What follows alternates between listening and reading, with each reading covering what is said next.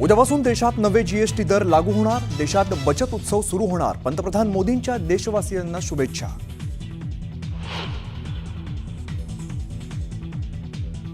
पंतप्रधान नरेंद्र मोदींकडून पुन्हा स्वदेशीचा नारा. सर्व राज्य सरकारने उत्पादनावरती भर द्यावा, गुंतवणुकीचं वातावरण निर्माण करा, मोदींचा मंत्र. पराभूत जरी असलं तरी सुद्धा आपलं जे नेतृत्व आहे म्हणजे फडणवीस साहेब म्हणा, शिंदे साहेब असलेल्या आमदाराला 2 कोटी मिळाले, तर मला नसताना सुद्धा 20 कोटी मिळते. आमदार नसताना 20 कोटी मिळाल्याच्या संदर्भातल्या सदा सरवणकर यांच्या विधानामुळे राजकारण तापण्याची शक्यता.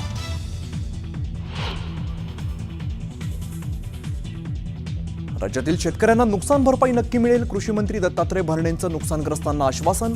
अतिवृष्टीचा सर्वाधिक फटका बीड जिल्ह्याला बसल्याची माहिती.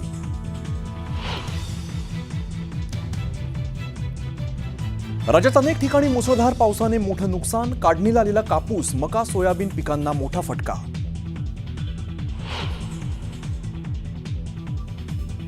जालन्यात ॲडव्होकेट गुणरत्न सदावर्तेंच्या कारवरती हल्ला. मराठा समाज बांधवांकडून हल्ल्याचा प्रयत्न. आंदोलक पोलिसांच्या ताब्यात.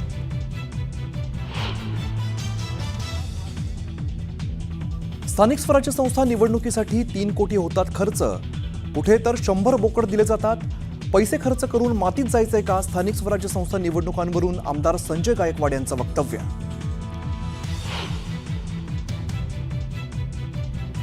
राज्यभरात नवरात्रोत्सवाची जय्यत तयारी. देवींची मंदिरं सजली तर अनेक ठिकाणी गरबा आणि दांडियाचं आयोजन.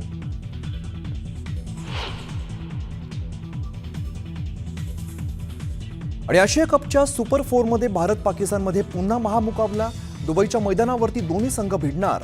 गेल्या आठवड्यात झालेल्या सामन्यात टीम इंडियाने पाकला चारली होती धूळ.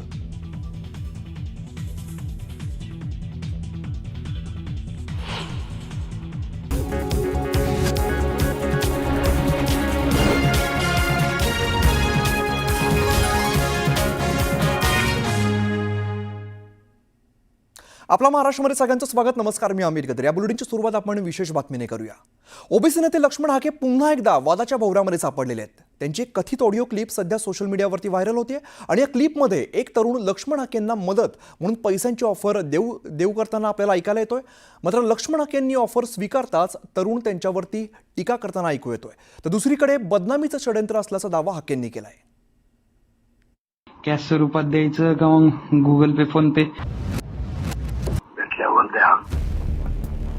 गुगल पे, फोन पे, यूपीआय नंबर आहे का? माझा मित्र आहे तो, आहे बरं, अकाउंट दिलाय तर मला. ओबीसी आंदोलक लक्ष्मण हाके यांची ही ऑडिओ क्लिप सध्या सोशल मीडियावर चांगलीच व्हायरल होतीये. पण याच ऑडिओ क्लिपमुळे नवा वाद निर्माण होण्याची शक्यता आहे. गुगल पे, फोन पे, यूपीआय नंबर आहे का? कारण या कथित ऑडिओ क्लिपमधनं हाके यूपीआयद्वारे लाखो रुपये गोळा करण्याचा प्रयत्न करताना दिसतायत.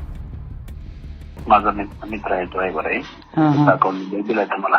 मस्तपैकी लोकांकडनं पैसे घेताय, सुपाऱ्या घेऊन दुसऱ्याचं बोलताय. लाज कशी वाटत नाही लक्ष्मण सर तुम्हाला? जनाच्या ना मानाची समाजाच्या विरोधात तुम्ही भडकताय, एवढं जरांगेला बोलताय, सुपाऱ्या घेताय. मानाच्या ना नानाची लाज कशी वाटत नाही रे तुला? वाड्याची शहाजी बापूच्या विरोधात उभा राहिला, 200 मतं पडली. तुझी अवकात नाही, तू समाजाच्या विरोधात काम करतो. या व्हायरल क्लिपवरून लक्ष्मण हाके यांच्यावर टीका सुरू झाली. मराठा आंदोलक मनोज जरांगेंनी या क्लिपनंतर हाकेंवर हल्ला चढवत चौकशीची मागणी केली. या क्लिपवरून लक्ष केलं जात असतानाच हाकेही समोर आले.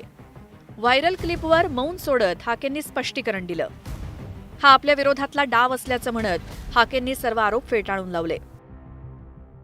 काही लोक उदारांतकरणानं आम्हाला कोणी 5,000, 10,000 रुपये देत आहे आणि असं तुम्हाला आम्हाला पैसे द्यायचे म्हणायचं आणि रेकॉर्डिंग करायचं आणि ते व्हायरल करायचं.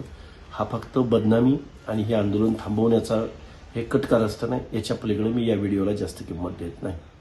कोण असेल याच्या पाठीमागे? तुम्हाला माहिती आहे ना, कित्येक दिवसापासून हल्ले होत आहेत, वेगवेगळे आरोप होत आहेत. माझ्या ओबीसी बांधवांना माझी हात जोडून विनंती आहे की ओबीसीचा आवाज उठवला, ओबीसीच्या आरक्षणाच्या बाजूने बोललो म्हणून हा जर बदनामीचं किंवा षडयंत्र असेल तर याला लक्ष्मण हाके घाबरणारा नाही, थांबणारा नाही. ओबीसीची चळवळ मोठ्या नेटानं या महाराष्ट्रामध्ये उभी राहील.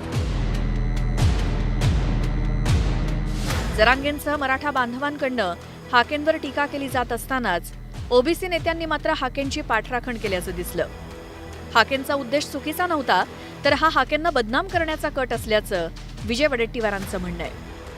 काम करत असताना एखादी जर माणूस म्हणतो की तुम्हाला मदत करायची आहे तर कोण नाही म्हणणार? काय वाईट काय आहे त्याच्यात? त्यांनी मागितलं काय? पुढच्यानी नालायकांनी त्यांनी ते त्याला बदनाम करण्यासाठी केलेलं षडयंत्र आहे. यांनी स्वतःहून मागितलं नाही, तो स्वतःहून बोलला मी तुम्हाला मदत करायला तयार आहे, तुम्ही ओबीसीचं काम करताय तर ठीक आहे बाबा कर मदत. हे काय वाईट आहे?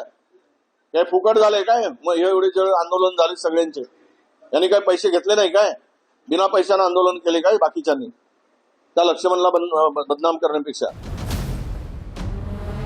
या ऑडिओ क्लिपबाबत स्पष्टीकरण देताना हाके स्वतः निर्दोष असल्याचा दावा करतायत. कॅश स्वरूपात द्यायचं का मग गुगल पे, फोन पे? पण ज्या पद्धतीनं हाकेंना ऑफर देण्यात आली त्यावरून ही मदतीची ऑफर होती की अडकवण्याचा प्रयत्न हा सवाल आहे, ज्याचं उत्तर चौकशीनंतरच समोर येईल. Bureau report, news 18 Lokmat. इकडे बुलढाण्यातील शिवसेना आमदार संजय गायकवाड कायम कृती आणि वादग्रस्त विधानांमुळे चर्चेत असतात. यावेळेला तर त्यांनी रोकड आणि बोकड याबाबत सांगून निवडणुकीच्या अर्थकारणावरती वक्तव्य केलंय. त्यामुळे आता नव्या वादाची ठिणगी पडली आहे. 3 कोटींची रोकड आणि 100 बोकड. 1-2 कोटी 3 कोटी, काही ठिकाणी तर 100 बोकडे एका जणाकडून. आमदार गायकवाडांच्या तोंडी सत्य की बडबड? 1-2 कोटी 3 बोकडे. स्थानिक स्वराज्य निवडणुकीचं अर्थकारण. सेनेचं भाजपाच्या मैत्रीवर संशयाचं धोरण. स्थानिक स्वराज्य निवडणुका जशा जवळ येत आहेत तसा तसा राजकीय पक्षांच्या तयारीलाही वेग आलेला दिसतोय. पण ही तयारी सुरू असतानाच वाचाळ नेत्यांच्या वाचाळ विधानांनाही ऊत आल्याचं दिसतंय. कायम आपल्या विधानांनी आणि कृत्यांनी वाद निर्माण करणारे शिवसेना आमदार संजय गायकवाड यांनी त्यांची वादाची परंपरा कायम ठेवत एक विधान केलंय, ज्यामध्ये त्यांनी स्थानिक स्वराज्य संस्था निवडणुकीचं रोकड आणि बोकड याचं अर्थकारण मांडल्याचं दिसतंय. आम्ही शिवसेना भारतीय जनता पक्षाच्या महायुतीला प्राधान्य देणार. आम्हाला भाजप शिवसेना युती पाहिजे, ती प्रामाणिकपणे झाली पाहिजे. कारण आमदारकीला विधान आम्ही युती करतो, आम्ही लोकसभेला युती करतो, आणि ज्याला छोट्या कार्यकर्त्यांची गरज येते आपण कार्यकर्त्याला वाऱ्यावर सोडतो. त्यांनी काय पैसे खर्च करून मातीत जायचं? आता काय जिल्हा परिषद, पंचायत समिती, नगरपालिका निवडणुका सोप्या राहिल्यात? 1-2 कोटी 3 कोटी, काही ठिकाणी तर 100 बोकडे एका जणाकडून. इतके महाग निवडणुकीमध्ये कार्यकर्ता उद्ध्वस्त होतो. आणि म्हणून प्रामाणिकपणे आमची पण इच्छा आहे की जे धोरण चिखलीचं ठरेल, जे मलकापूरचं ठरेल,